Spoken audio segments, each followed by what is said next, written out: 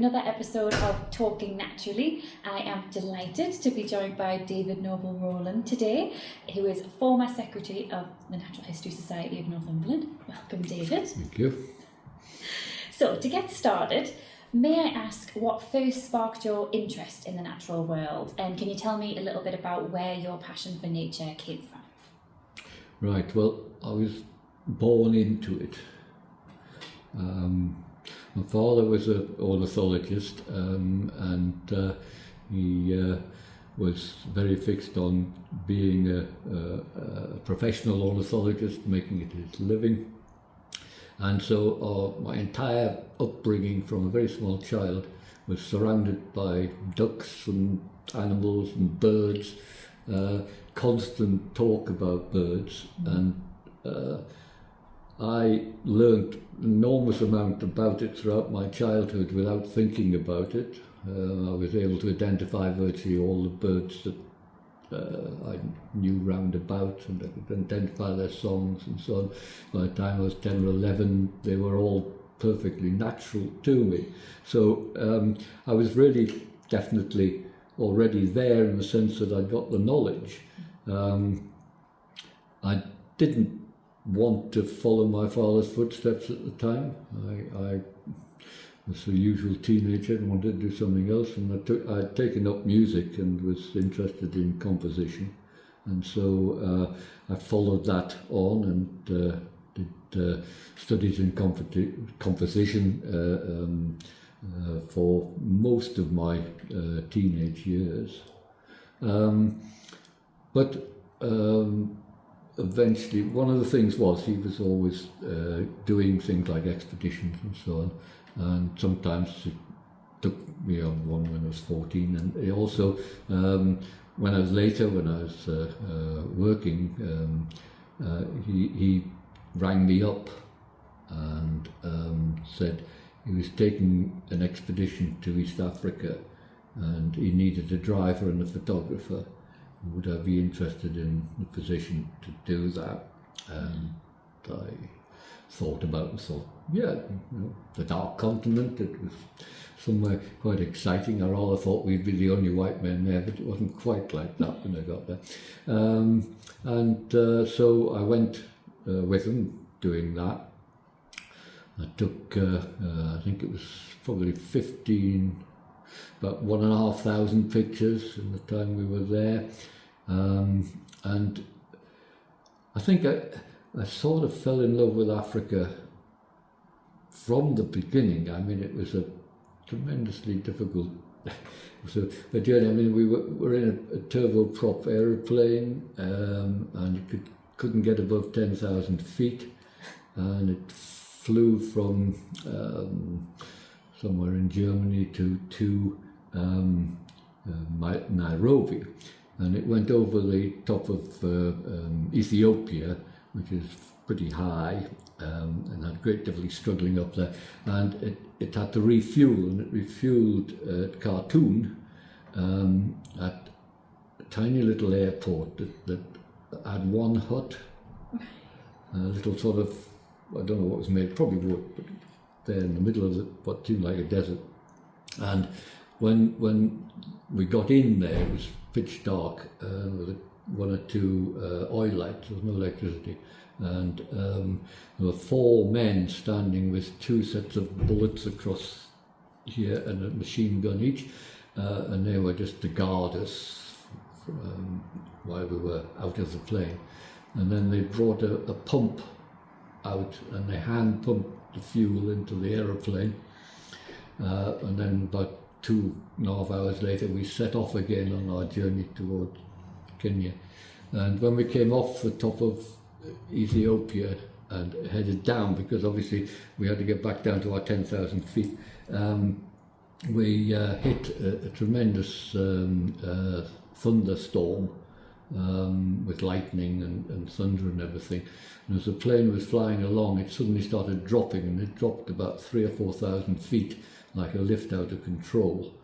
And the pilot, the engines were screaming as he was trying to get footage, and he did everything right.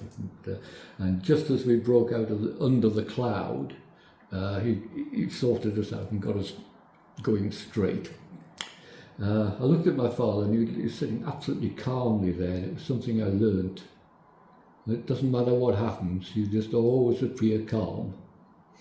Doesn't matter what's going on. And that was a very good lesson. I looked out the window and it looked like hell. That's all you can describe. There were fires everywhere. The bush was alight because of the lightning hitting the bushes. And the whole place was like the inferno in pictures that you've seen before. And I thought, wow, this is quite a place. Yeah. We landed at Nairobi, and I came out of the aeroplane because there was no, you weren't tunnels or anything. You just walked down the steps and set off across the tarmac.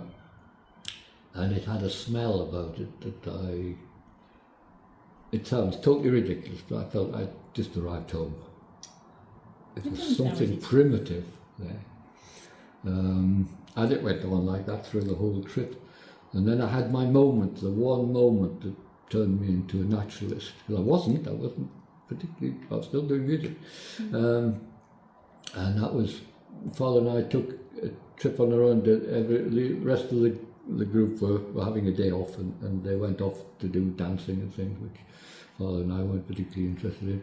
And so we went to the Nairobi National Park, and as we drove in, we were driving along one of the roads, just into it. A cheetah came along the other way, and so being the photographer, I grabbed my camera, and because of the angle I had to actually push myself halfway out the window, so I was hanging out the side, right? And he was coming straight towards me, and I got my telephoto lens sorted out, and I looked down it, and he was looking straight at me, and although nobody would believe me, I was quite certain he was simply calculating whether he could make it and get me before I could get back into the car. And the adrenaline rush was pretty good. And I got back into the car and he just walked on.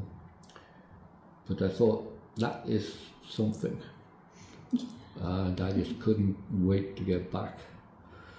So I gave up my job 8 months later and declared myself a freelance naturalist. And then I tried to make a living. So that's how I got into it, and that's what occurred. It wasn't a bird at all that made me do it. It was a mammal who I had a communication with. It was fairly primitive, but very interesting. And since then, I've seen all the wildcats on foot in Africa, and I've patted 2 species of rhino in the wild, which is no mean feat. There are 3 likely ones. I mean, there's one that's more or less extinct. And I decided not to try for the 3rd one. I'm probably the only living person that stroked 2. And I thought I'd leave it at that. That's enough. Anyway, this is all just a story on how I got into wildlife. Yeah, so you mentioned you've had sort of a less than traditional route in. You were a musician, a composer, so you finally got into natural history where you belong. Can you tell me a little bit about your career and your background since that point? Right, well, yes, I started lecturing when my father booked me onto the WI circuit, which is the first thing you do. It's a bit like if you're a stand-up comedian, you go to pretty grotty places and have to try to make an impression. And I did that for a year, and I made a living at that. And I got some other classes and so on. I eventually got a class in Darlington with the WEA, and that was a very big success. Because of me, or whether it was just simply they're desperate to have an ornithologist to teach them. But when I got there, I was in a classroom, which is they usually use at school, and all the seats were taken, and there were people sitting around on all the desks around the outside of the seats. And I had a class of about 50 in there, and I ran that class for about 12 years. Same people for 12 years, and we did field meetings and things like that. But my actual start came, my father was working for Newcastle University and as a lecturer, freelance lecturer, and was doing summer schools, and one of them was a summer school at Ford Castle, where he took them bird watching round there, and in the evenings gave lectures. And by then we were taking people to Africa quite regularly. This was 2 or 3 years after I started. And I went down to his house. I was about to lead an expedition to Africa at the end of the week that he was going to Ford Castle. And so I went down to check that he'd got everything he needed to go, and then I was going to spend the week preparing for my expedition to Africa. And he just said that he'd got shingles, and the doctor advised him that he couldn't actually do the course.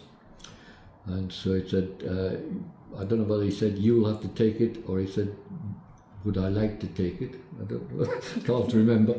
But I didn't think there was any choice. But I had a little bit of a problem. That I was preparing to go to Africa and get all the stuff ready for that. And also, he prepared all the lectures. So basically I went off. I mean, there was no problem with me doing the field work. I mean, I knew Northumberland backwards, and I knew all the places we were going and everything about it. There was no problem with the knowledge. But the logistics of it were really quite difficult. My wife had to bring the next lecture up each day, which my father prepared, but there wasn't any communication, there were no notes. So I was giving an hour and a half lecture every evening, having just barely had a quick look through the slides to make sure I knew what I was talking about, and then doing that. Anyway, it all went extremely well. But I couldn't do the Friday because I was flying to East Africa. And so Jeff Watmore, who was head of adult education, or at least was the secretary then, he ran things, said he would take the group to the Bass Rock, which was the last day of the course. And apparently he got a lot of really good feedback from class. And in there was a group from the adult education department in Bristol, and they apparently gave me a fairly glowing report. I mean, they actually employed me after that a few times, taking people to different places. And the next autumn and so on, I started getting lectures for the university.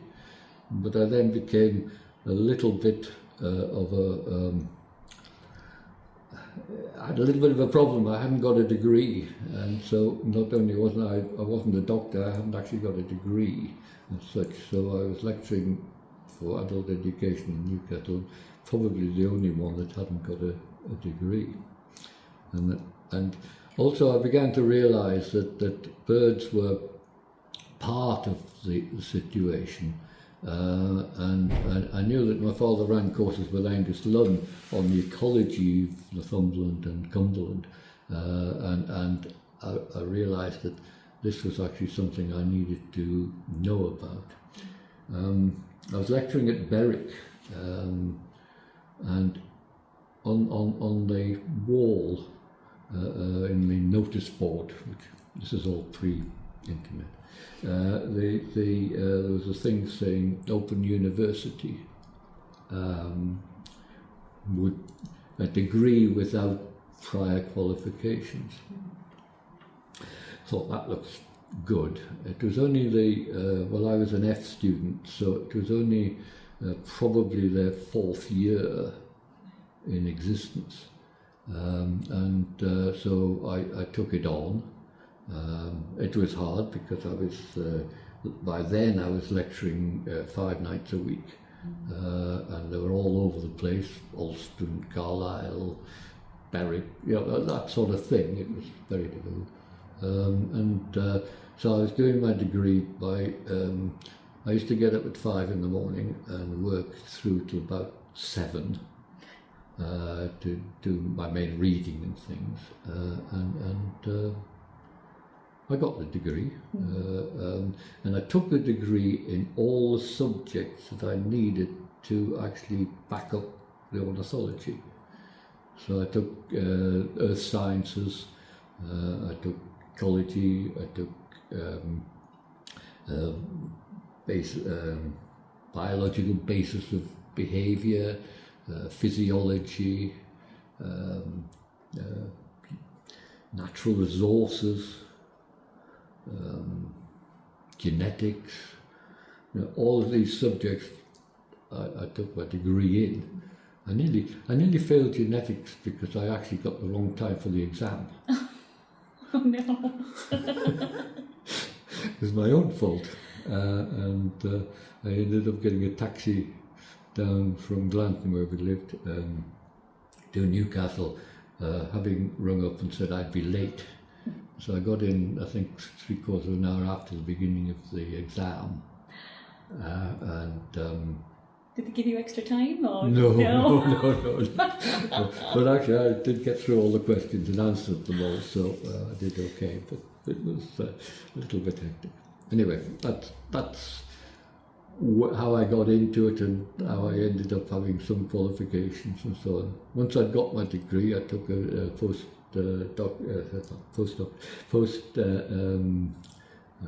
system in. It was a postgraduate diploma in education, so that I was a qualified teacher. A lot of university lecturers don't have that. No. Yeah. They don't think they need it, but actually it's a very useful thing to have, because it gives you a very good idea of how to set out a course that will actually follow. And I went on qualifying myself in different things, and that's really where I am. That's what I did for 22 years as a freelance. And was it mostly adult education that you specialised in as well? So it was all adult education, because I didn't really. I did think that I could probably fit in some sort of what would be part-time teaching for children, but they didn't really offer me anything. I mean, I was also, once I'd got my degree, I started teaching for the Open University as a counsellor, which meant that I was teaching biology and earth sciences, and did their summer schools and things where I taught there. So I was actually teaching quite a lot, and I thought I could probably fit in some daytime teaching as well. But the only thing they seemed to want to offer me was chemistry, and it was about the one thing I knew very little about. I'd done part of my degree in chemistry, but I really could say that I knew absolutely nothing about it. All the other subjects I was fairly well up and running and was using them on a weekly basis in my classes, and yet chemistry never came up at all. So I thought, probably just leave it. Leave that one. Yeah. Fabulous. Can you tell us a little bit about your involvement with Gosforth Nature Reserve and what you've been doing there, and perhaps this report that you've been writing with one of our other amazing volunteers, Julia Black? Right, well, yes. Well, when I became the secretary, I found that there were two parts to the job, really. One was to look after the Hancock from the point of view that the Society owned all the collections and the building. So that was my job as a liaison between the university, who were at that time the other partners. Later on, Tanby Museums came in as well. But the other part was that Gosforth Park was rented by the Society. It had a 6-month shooting rights. So I could go in there and shoot anything I wanted to. It's in the law, of course. It was one of our early members that bequeathed the shooting rights to the Society, and that was over 60 years ago when I was first joining it. And so I had a different role to play there, that I was going to have to manage the reserve. There was a management committee, but really the committee and all the minutes beforehand, everything I read up on it, was all about people, vandals and badger diggers and things like that. And there was absolutely nothing about the natural history. It meant that I was starting from an absolutely really non-informed position to try and write a management plan for a place that there was nothing to sort of base it on. So I started looking up the history of it, and I got a load of, I had a lot of volunteers because my classes, a high percentage of my class people were members of society, and so I invited some of those that had retired or were available to come in and start helping me in here, and I ended up with quite a large number of really talented people all working extremely hard. And they under my instructions, were set about preparing a history. I asked all the people who had done field work in Gosforth Park to fill in on their particular details, and they're the authors of the actual pieces in the paper. And the paper wasn't prepared particularly for publication. I thought it should be, but it was mainly prepared so that we had a history to know how we could compare with what we were going to be doing to it. And the other thing that had happened not long before I came in the very end of the 1980s, was that in 1983 the racecourse had broken the sluice gates and drained the lake. So we had a non-existent lake in Gosforth Park, and it was down to a really small, almost puddle in the middle. In the year, I think it was probably the year or 2 years before I came, they had got permission for the racecourse to do some desilting at one side of the lake, and that was producing some deep water, but wasn't terribly productive. And I realised that what we did need to do was actually desilt the entire lake. You couldn't just do it all in one go, because of course you were trying to protect the wildlife that was in there, and you needed to do it over a period of years. It was a very expensive operation because you had to pay people to bring diggers in to do it. And it had to be managed very carefully so that you always had enough area for the birds and animals to use while you were doing this.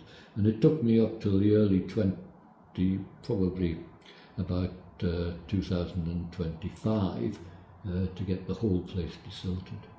And there was lots of things happened during that time. I think the worst one was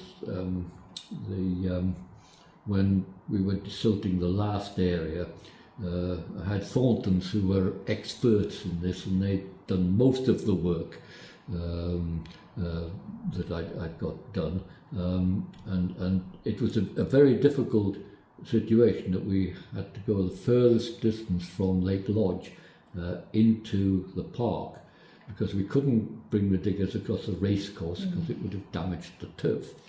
It was just next to the racecourse, but we couldn't do that, so they had to go through the woods. We made a track through the woods that is still there, but it's almost covered now. And they started the desilting work, and then it started to rain, and it just rained and it rained. And of course they banked up to stop the water coming into this area, and as they were digging down, they were getting lower and lower in the water table. We were in the danger of having a flood where one of these banks would break and the water would pour in on the diggers. And I was quite concerned at one point and went in the pouring rain to check on how they were doing and making sure that the banks were solid and so on. And as I was going through the woodland, I saw that there was the top of one of the big diggers lying at one side or sitting there. And I couldn't understand why any of the men would have taken the top off their digger when it was pelting with rain all the time. And then I went round the corner, and one of the diggers, the big ones, was coming down the track, and there wasn't much room. I took out of the way, and it had Bob Thornton's son in it, and he came and said, "We're coming to get the digger."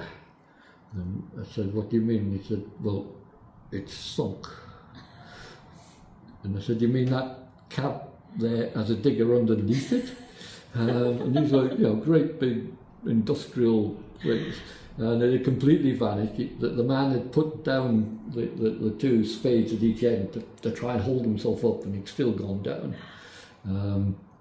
And so anyway, I went. There wasn't anything I could do to help them. They were the expert. So I went on to check the buns and everything to make sure that everything was okay. And when I came back, the digger was out. But what they'd left was actually a hole that was what I could describe as quick mud. It wasn't quicksand, because there wasn't any sand, but it was quick mud. And it was, I threw a stone into it, and it just went straight down. And I thought, well, if a member comes along here, and it just fall in and never be seen again. We're not sure how many members we lost that week, but we hope we didn't. Anyway, I got on to everybody, and we put a fence around it and made it very clear that you do not under any circumstance. And nobody went in there for about 5 years until the structure of the soil began to develop again. It's still there, you can still see roughly where it was, but I usually walk around it just for safety. But it is, I'm sure it's absolutely fine now. Yes. So that was really the main management that I was involved in. There were lots of side issues that went with this. One of them was because of the drainage of the lake. The reed beds were in an extremely bad condition. I'd spent a lot of time in the Camargue where reed beds were used commercially, and I had a very good idea what a well-managed reed bed should look like, and I knew a fair amount about how that worked, that they used to cut the reeds because they were using it commercially for making windbreaks for their rice paddy fields, and they used to cut it obviously for that, but then they took the reeds out, and this made a really strong, healthy growth of reed bed. I researched it obviously and found that the other most important feature of reed bed management is that you inundate the reeds in March to actually make sure that all of the root areas of the reeds are completely covered with water, because that kills all the other plants that can compete with them. And what we were getting was this ever-competing number of plants growing up amongst the reeds and weakening the reed beds. And a lot of people thought I became sort of slightly what you'd call fixated on reeds, and which is probably true. And because every time there was this empty space, I used to think more reeds. Until at one committee meeting, somebody actually said, there are other kinds of vegetation that you could put. So that was just, part of the situation. But the reed beds were in a bad way, because I actually sort of went down and I could see through one of the reed beds to the trees beyond. And I mean, a proper reed bed, you shouldn't be able to see anything at all except solid reeds. In fact, when I got things going better, I actually did once get lost in our reed bed because it was about 2 foot higher than me, and it was absolutely solid. And when I came, eventually I came to a track, and then I realised it was mine. I was going around in circles. A very bad sign. So I used my great navigational ability and worked by the sun and found out how to get out, but that's a different matter. But generally speaking, reed management is something that we have to work at really hard. And when we were doing the digging and getting the desilting done so that the lake would start then creating its own reed beds. There was a problem when we got to the area where the coral root orchid was growing, and that was a problem because although I'd been there about 9 years when this happened, I'd never seen the coral root orchid. We'd gone around every year looking for it and checking, and it wasn't there.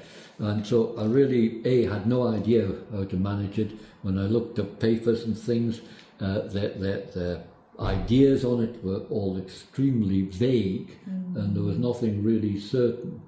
I was also on the management advisory committee for Lindisfarne, and they had coral root orchid there, and I did in recent years talk to the wardens there and discuss it, and we did visit the sites that they had and visit the sites in Gosforth Park. And after a great deal of thinking about it, we came to the conclusion that the two habitats, one was sand dunes and the other was a marshland with silver birch. There was nothing the same. So what I did was try to make the actual water levels the same as they'd been before, although we built a bund into the edge of the wood. And unfortunately, as we raised the water levels due to putting sluice gates back in again, the water did flood in there. But this actually seemed to have a good effect on the coral root orchid, in the sense that we went up from having a few spikes of it to having the largest number of spikes in England. And I think we got over 40 or something like that. I'd have to check the figures, but certainly it was very, very good. I mean, Holy Island had sort of 5 or 6, and so this was becoming a major centre for this. And people botanists were coming from all over the country to see our coral root orchid. I mean, it was quite something. We even put boardwalks in so they wouldn't stand on it. For people who don't know, this is an incredibly rare sort of orchid. Yes, sorry, yes, I should have said that. But it's only rare really in England. In Scotland, it's relatively common. So it has just simply got further south than really its normal habitat. Whether the changing climate will affect it badly, because obviously it's a more northern plant, we don't know. Anyway, so that worked out. But the management itself does need to be done, and one of the things that was happening at the time that I was doing the desilting was that all of the councils in Britain had been told to create environmental management plans for their area. And obviously we were in Newcastle, and so Newcastle was preparing a plan, and I became very involved in this because Judith Baker, who was writing the plan, was also had for a number of years been one of my volunteers here, and I'd worked very closely with her on quite a lot of things, and so she collared me to help with it, and I did my own pieces on Gosforth Park and helped with some of the other management ideas that might have been appropriate. One of the things we had to do was we had to actually give a figure for how much we were going to increase the biodiversity quality of the area we were in. And so I said that I considered that we would be able to increase the reed beds by 100%, hence my slight constant discussion on where I could put another reed bed. So, you know, as I said, I did get a bad reputation for having a one-track mind as far as reed beds were concerned. As it's a monoculture, it probably worked that way, that I was trying to get my 100%, which we succeeded. And I think of all the management plan claims, we were one of the few that actually made it we actually got it done, yes. But you can't just, it's almost impossible to kill reeds. and yet we had managed to actually remove them from quite a large area. I think one of the things that the new members of the society will not be aware of is that it was possible when I first arrived to walk from the hide that is now the main hide overlooking the turn platform right to the race course, straight across that space. It was dry land. And you could walk straight from there to the old boathouse as well. There was no water there at all. And it wasn't even boggy. And that is now the reed bed that we have by the desilting that we did. There are bunds in there which weren't there originally, but there was no way to take all this silt out. It was just too big a problem to deal with. So we're left with the bunds, but we now do at least have quite a lot of water. And in the very last digging, I put in, well, I suppose it's a 2 metre, should be metric, a 2 metre trench down the middle, so that when the water levels are low, as they will be at the moment with the lack of rain, and the oxygen levels start going down, there is a trench where the larger fish can actually go in to try and survive in there. It's very, I was very aware of the fact how quickly you can lose your fish. When I was in the Camargue once, when one of the sluice gates on one of the canals, when I used to take people to the Camargue, we used to hire a cabin cruiser, and I used to take them down the main canal, and that took us right into all the main Camargue habitats. And we could sleep there, and we could get up at dawn, and I mean, it was amazing to watch every morning the bitterns doing their courtship displays above the reed beds. They only do this at dawn, and that wasn't something you could do normally. If you're in the Camargue, you'd have to drive all the way in. So we used to do that, but when one of the sluice gates broke on one of the smaller canals, within 2 days, nearly all the large fish were dead. Right. Simply there wasn't enough oxygen because the water wasn't moving anymore, and they lost it. And I was very, very aware of the fact that we were in a sort of lake situation where we could actually lose our oxygen levels quite rapidly once it got low. So that's really, I guess, the management that I've done in Gosforth Park. I'm quite pleased with how it's come out, and we now have an area that looks pretty wild, but it is actually all desilted. It should last about 30 to 40 years before it needs desilting again. So somebody in the future is going to have to sort that one out. But we've now got a lease, which of course it's very important, and I spent the whole time here trying to get that lease, but I failed.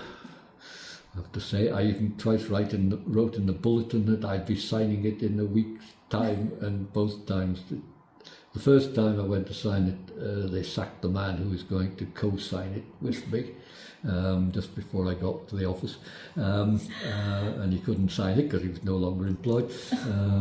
And the second time, it just sort of fizzled out because they got new owners, and the new owners wanted something else in return that we couldn't actually supply.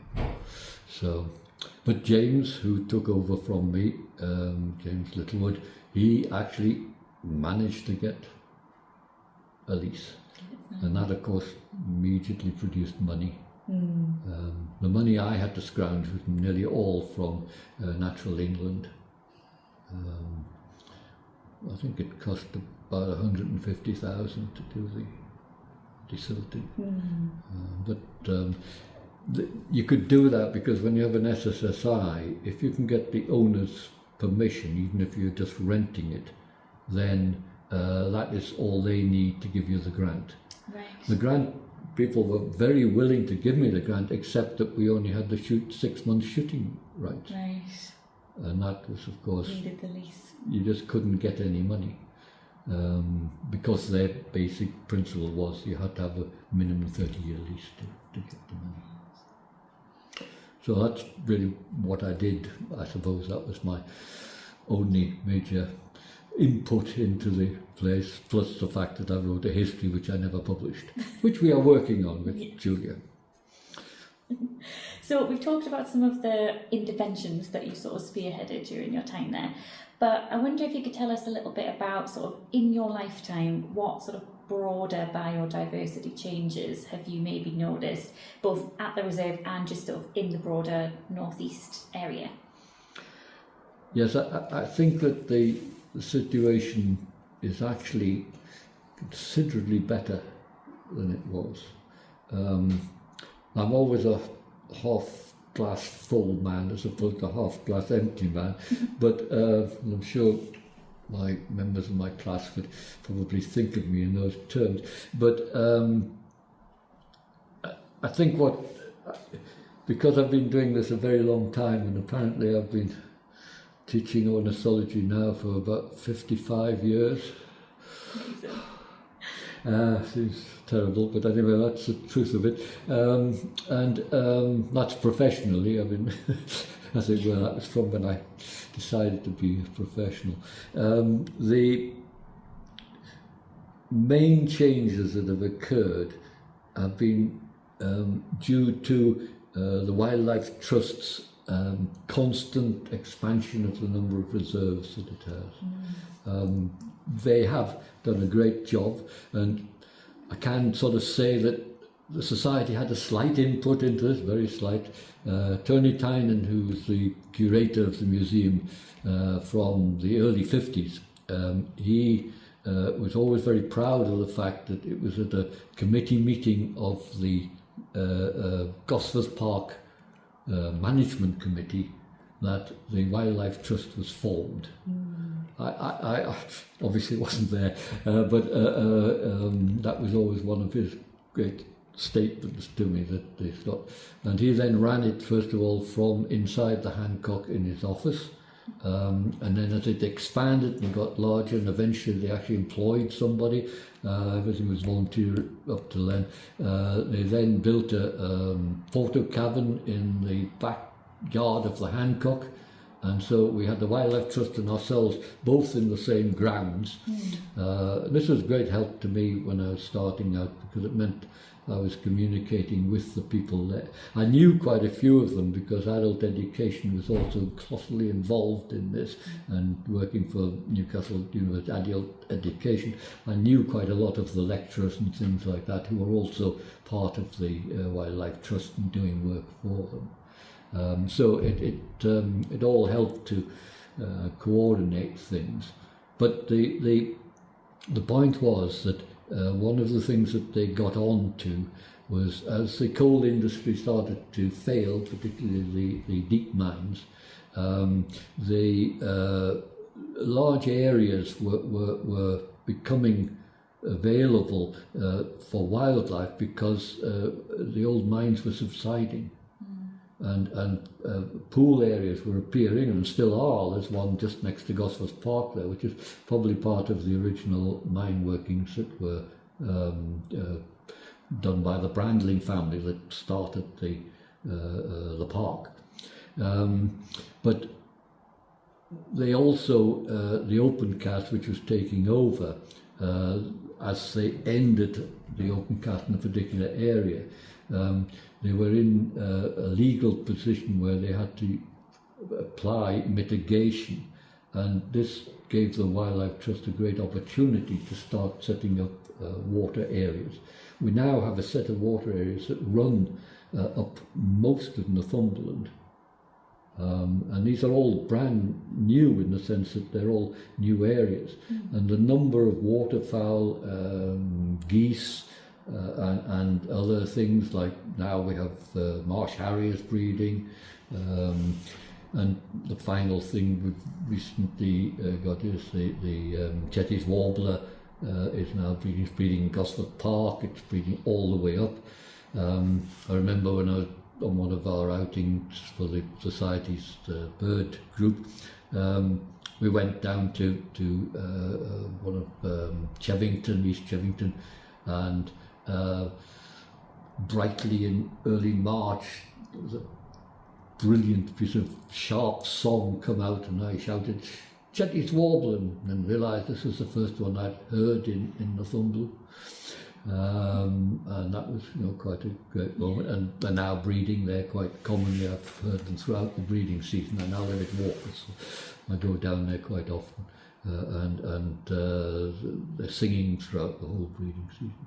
So there's a lot of changes gone on, but it's mainly this area. I mean, they've done a lot of areas inland as well, which will have helped. But the main change has been the creation of a large number of water areas, and reed beds have grown with them. They've planted them. I can remember when they were a little concerned about the state of their reed beds at East Chevington, and I was invited, having done all this work on Gosforth Park's reed bed. I was supposed to know something about it, so they called me in to go and have a look and see what I thought was wrong, and actually there was nothing wrong with them. They just hadn't waited long enough.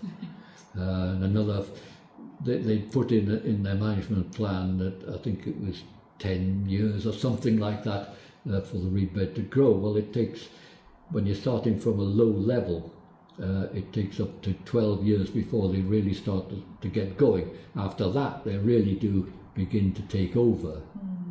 So they were just a bit early with what they were thinking, so there was nothing wrong with what they were doing.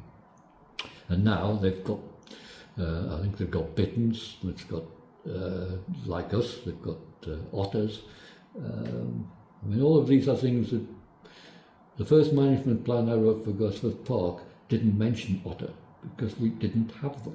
We hadn't. They'd probably been there in historic times, although I never found any records of them. So they're not in my paper, because they simply hadn't been recorded. I do think they probably did pass through there, but probably weren't recorded. So there's a lot of things changing. All right, we are losing some birds, like the song thrush, but that's just something that we have to accept, that some of the birds don't do so well, and I do personally think that song thrush's decline has been perhaps due to the use of slug pellets, and because they song thrushes, their main feeding niche, which is unique to them, is that they break open snails. They have an anvil, and they take the snail and bash it 3 different places, and then the snail falls out of its shell, and they can eat them. Nobody else can really get at them. But of course, they are prone to eating stuff that's put out for slugs. And if the birds get are going around eating snails that have been poisoned, then they can get a build-up of this. And this has happened so many times before with artificial poison, that really it seems to agree with that sort of situation, that the poisons were being used. If you go to a garden centre, there's all rows of things, all of which say that they're perfectly safe, but they're not. Well, in my opinion, that I have to say that, because it is an opinion. I've got absolutely no expertise to prove it. But, so there are birds that have gone down, but then we've got egrets, we've got avocets, all of these things which in my time have all arrived. We used to get excited with avocets. Well, now they're breeding Cresswell and so on like that. And, I saw egrets for quite a long time, particularly in Durham, before they came here. And I do remember thinking that there was something sort of seriously wrong when I had an outing at Teesmouth, and when we got there, a blizzard started. I mean, really heavy stuff. In those days, we had no health and safety, by the way. We just went on regardless. We always went. It was, also, we had no weather forecast, so we didn't really know. I mean, there were ones, but they weren't very accurate. So we set off into the blizzard, and there were these white shapes walking around, and I realised there were little egrets just wandering around in snow. Well, I mean, they're sort of semi-tropical birds, and it just seemed all totally wrong. But they breed there now, and they're breeding here. So they're breeding in Gosforth Park. So, yeah, what can you expect? Yeah. So I know you have just mentioned you are a glass half full kind of a person, but can I ask what, in your opinion, are some of the most critical issues that are sort of facing biodiversity and conservation and are going to be facing us in the coming years? You've mentioned the sort of the poisons and things like that. Is there anything else that we maybe should be concerned about? Well, I think the overall concern is the climate change. The outcomes of this are still in doubt. You have to sort of remember that the actual latitude that we're at is 55 degrees north. That is the same latitude as Churchill in America, where the polar bears sit out on the ice in the winter. Right? So that is our natural climate position. Right? Mm-hmm. So if the Gulf Stream, which is what stops us having that sort of weather, stops and it's going down because of it, the currents, which we now understand are the thing that really drive the weather entirely, are changed by the lack of difference between the Arctic and the tropics. The situation becomes critical because there's no interchange of warm water between the two, and so the ice cap will start growing again. We might think that's a good idea as it's melting, but the point is that when it does that, if it does that continually, it will end up creating, it could be an ice cap over the top of us here. Another ice age. I'm too old to have to bother about whether I'm going to need snowshoes or not, but it is something that is a possibility. I think it's interesting with my 54 years of teaching. I've taught ice age, I've taught global warming, I've taught all different sorts of scenarios as they came along. At the moment, the main scenario is that the plants are not moving fast enough to keep up with the changing climate. In America, they're actually now starting to, it started seed banks, which is very clever, where they're taking seeds of all the various wild plants, and I think they're probably doing it in Europe as well. I haven't seen anything on that, which will allow replanting of stuff eventually. And they're also, in America, they are actually doing some replanting of wildflowers into the place that they now should be because of the climate. And that is a possible help. But this is the big issue. This is the thing that is most likely to change the type of animals and birds that we have.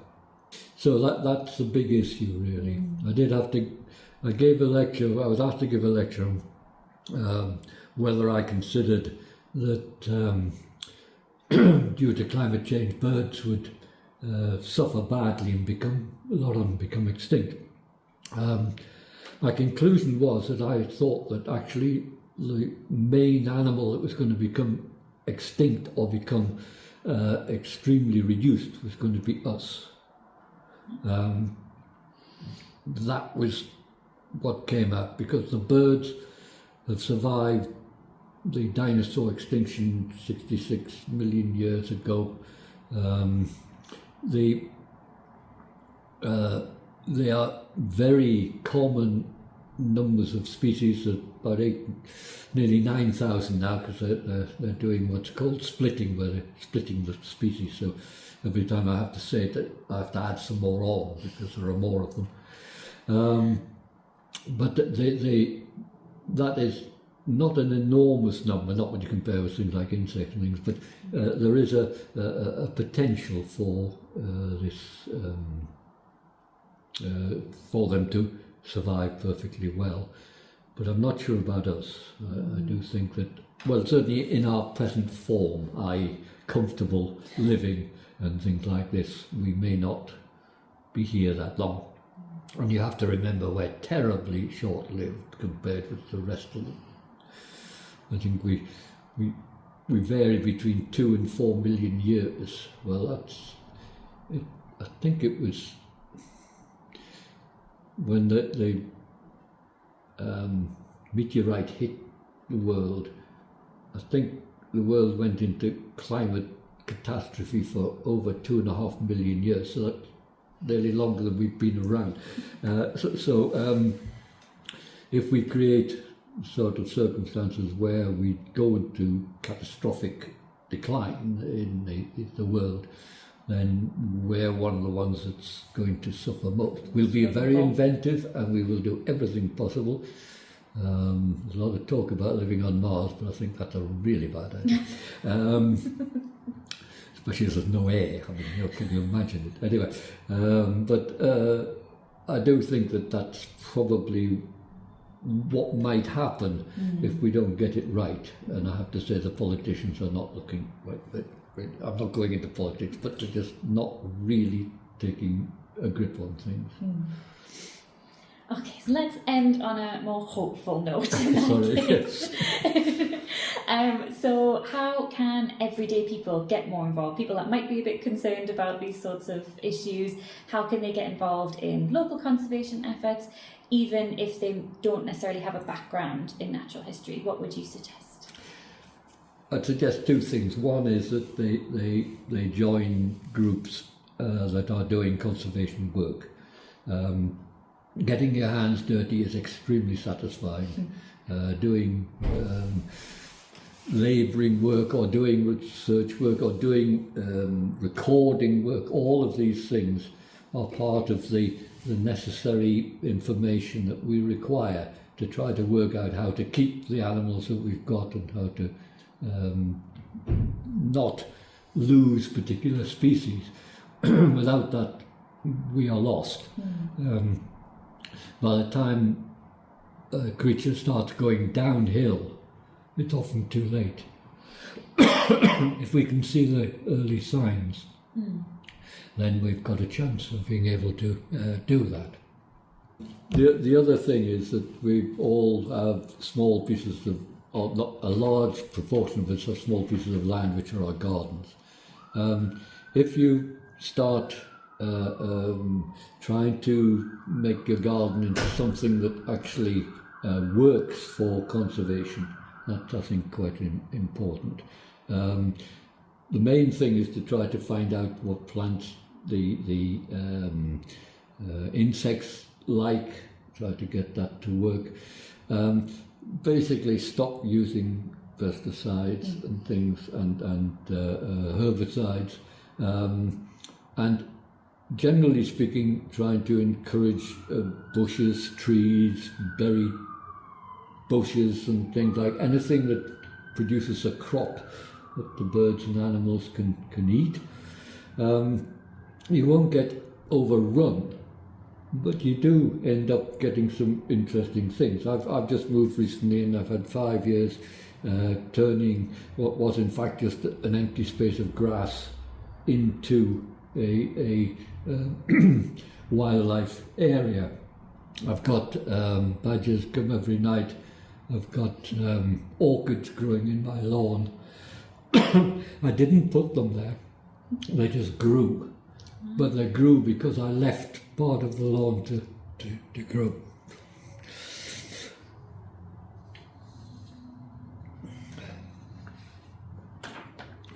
Sorry. The highlight was there was in my garden there was a large parking area that had been created with gravel, and I decided to leave it for a year to see what happened. It grew up into a grass meadow, and in that autumn a hare came and started living there when they were cutting the fields.